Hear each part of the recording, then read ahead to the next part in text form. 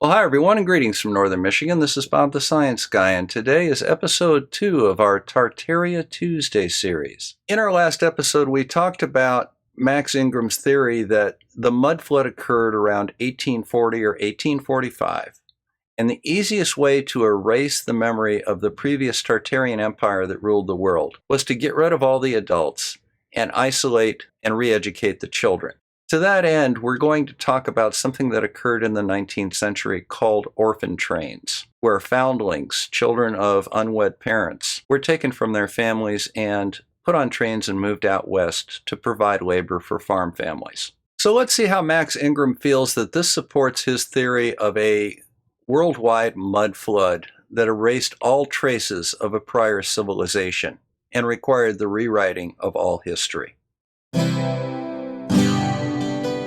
There's been a lot of photos that have been surfacing lately, a lot of old pictures, and you can go and find them yourself. If you look at any historical photos from around circa 1850, look at St. Petersburg, look at some of the major cities in the United States, major cities in England, major cities right across Europe around circa 1850, and you'll find very, very few people in the photographs. You see these big cities, but there's just no people around. You know, Max, you're not off to a really good start. You say that these old photographs from the 1850s don't show people, yet you put up a photograph with two men standing next to a lamppost. Now, think about photography in the 1850s. We had minute-long shutter speeds. Even as late as the Civil War in the 1860s, shutter speeds were not fast enough to record people in motion. Even large formations of troops could not be recorded, accurately at least, on the cameras that existed at the time. We've got lots of pictures of dead bodies. We've got lots of landscapes of cities and countrysides. But you don't see people or horses or carriages going up and down the street because either A, the street happened to be empty at the time, or B, there were people in the street moving up and down, but their speed was too fast to be captured on the shutter. Your assertion that this is somehow proof that these cities were empty is really not good. Recall that we have census records going back decades. We took censuses even in the Roman Empire. Why did Mary and Joseph go to Bethlehem? They had to go to be counted in the census. And another thing you can find, something that I found on a channel the other day, which is another channel that I've just found, which I really do recommend people go and look at. It's a channel called Conspiracies Are Us. But what I saw on this channel was a video that he'd done, and it's about 21 minutes long, but it was a video discussing foundlings and orphan trains in the late 1800s. And a foundling is a child which is abandoned and is found and cared for by someone else, or perhaps taken on to an orphanage or even an asylum, because there were many places that were set up and they were called asylums, and these were simply for people to care for children and for unmarried mothers to go and have their babies as well. And any woman who had a child out of wedlock circa 1850 was required by law to hand their baby over to a foundling home. Now, the Orphan Train Movement was an actual social program in the United States, at least, in the late 19th century. It was set up to deal with the problem of homeless children in large cities. This was at a time that the government really didn't involve itself in social welfare. This was done by church groups in large cities in the eastern seaboard of the United States. Now, for those of you that have read Oliver Twist or watched the movie The Gangs of New York, you know that the orphanage system that we had in the United States was not conducive to producing productive citizens, shall we say. So the idea was that we take these children and put them on trains and send them west. The best of all asylums for the outcast child is the farmer's home. The great duty is to get these children of unhappy fortune utterly out of their surroundings and send them away to kind Christian homes in the country. That was one of the founding principles of this. Get these children out of the cities and get them into hardworking, God-fearing farm homes in the Midwest. And in many cases, it worked out well. And in some cases, it worked out horribly. Now, as a side note, my grandmother was a little girl in the 1910s in rural southwest Michigan. And she remembers these trains coming into the station in Kalamazoo and in Gobles, and these children being on it and people picking these children up. And around circa 1860 to 1880, there were literally thousands, tens of thousands of foundlings which were being dropped off at orphanages all across the world. Right across Europe, right across Russia, right across America, even here in Australia, New Zealand and Africa. It was about 200,000 children per annum were shipped from east to west across the United States. And this is what was happening in so-called orphan trains. And they just used to be shipped out there, and all the kids would get off the train, and people would get up there and pick the children that they wanted, and then the train would be reloaded, and they'd move on to the next town, and they'd pick the children that they wanted. All the children were picked to use for labour. And it didn't matter if the children were related or anything, they were often separated, and they were simply given whatever last name the people thought they should have, given whatever first name and last name kind of by lot. So there's no way of tracing the genealogy of these kids, like if a brother got separated from a sister or siblings got separated at all. If they went to another town, they were given another name, and then they grew up and there would be no way they would be able to locate their siblings. So all of them were just completely thrown into a new life.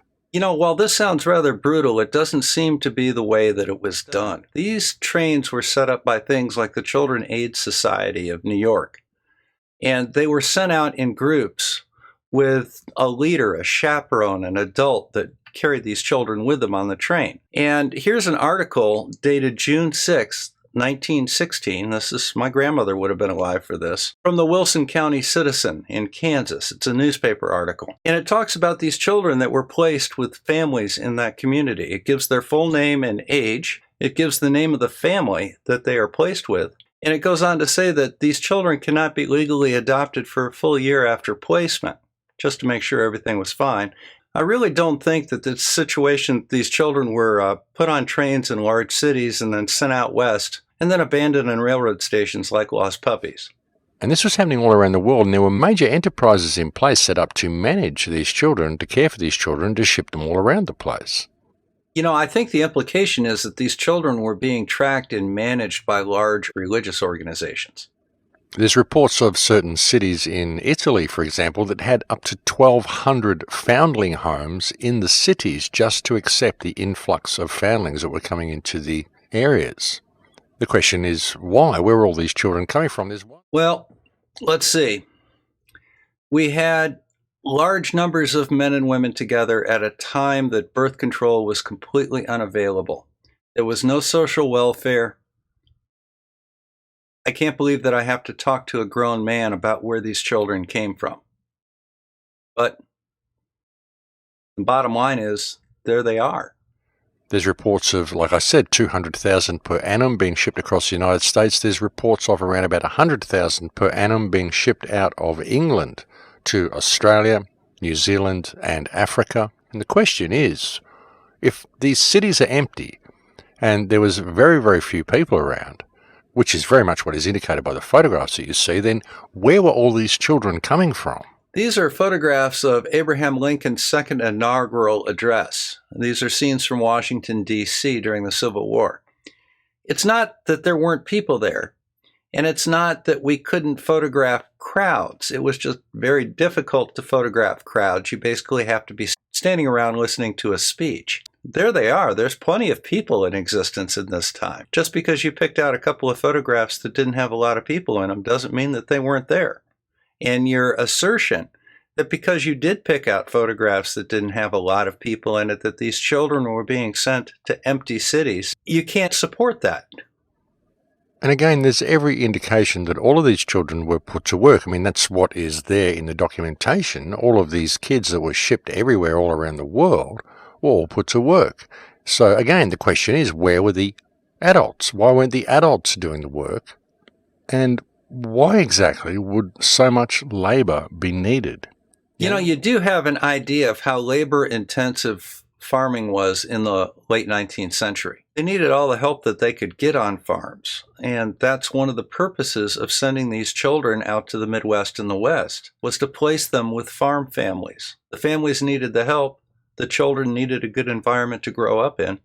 The thought was that they would be put into homes where they would learn values and become productive members of society. It's a very interesting question, ladies and gentlemen, and the question also must be asked, were the children brought into these countries and into these places as labor for the cleanup operation after the mud flood because... Okay, so let's get this straight. Rather than believe that these children were going to a known need in rural farming communities, we're going to fantasize that instead they're going to clean up this mud flood, which you haven't proved even occurred yet. So we take very clear-cut reason and substitute, well, maybe this is it. We'll see. I love conspiracies. Because there's a great deal of evidence to suggest this is what actually happened. And that many of the stories about colonization and all of this sort of stuff are very likely cover stories to hide the fact that these children were being shipped all around the world, and the stories of the foundlings even, of these foundling homes and these vast orphanages and all these things they needed. This is very likely a cover story as well. You know, I hate to tell you this, but when my ancestor, Thomas Dorgan, came over from Ireland, he wasn't fleeing mud. He was fleeing rotten potatoes, and he had a lot of company. Well, to explain the presence of all of these children, the question is, where were the children coming from? Do I really need to go through this again? Men, women, not much in the line of entertainment, no birth control. Kind of get the picture?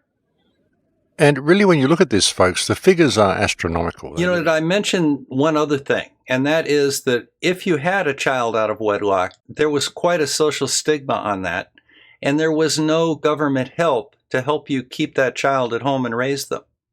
As a result, many single mothers gave their children up to orphanages, and the kids ended up on these orphan trains. But I think it's extremely interesting, the volume of children that were being shipped around the world and the evidence that exists all around the world to indicate that there was a civilization prior to this one not too long ago, and this current civilization simply moved in and took over the real estate. And when I say real estate, what I mean is not just the real estate, but also many of the buildings. Okay, so let's rehash the story so far. There is an ancient civilization called the Greater Tartarian Empire, which is not the Tartarian Empire that we know of. This is a cross between Genghis Khan and Atlantis. It was advanced technology, and it was destroyed in a worldwide mud flood around 1840. In the late 1800s, we had all of these unaccompanied children who, because there are no adults around, generated spontaneously from wet hay like mice, and they were put on these trains and moved into farming communities, which apparently still had some adults because these adults had to sign for these kids, reoccupying all these Atlantean cities that were empty because photographs don't show a lot of people in these cities. And in our next episode, we're going to talk about the architecture and how it shows that there was a worldwide civilization which had advanced technology and was destroyed in this mud flood. I can't wait to get to the next episode. I hope you can't either. Take a moment, hit that little like and subscribe down in the lower right corner. We're having a subscription drive during the month of August. And if you like this and my other videos, take a moment to hit that little sub button. So until then, this is Bob the Science Guy signing out from Northern Michigan. We'll be seeing you, and keep it flat.